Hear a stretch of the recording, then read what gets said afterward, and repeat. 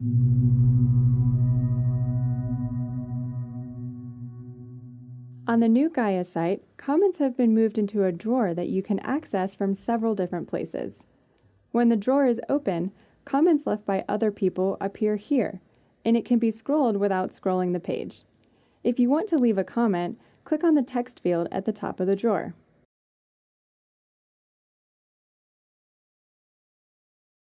You can also reply to other people by clicking Reply beneath an existing comment.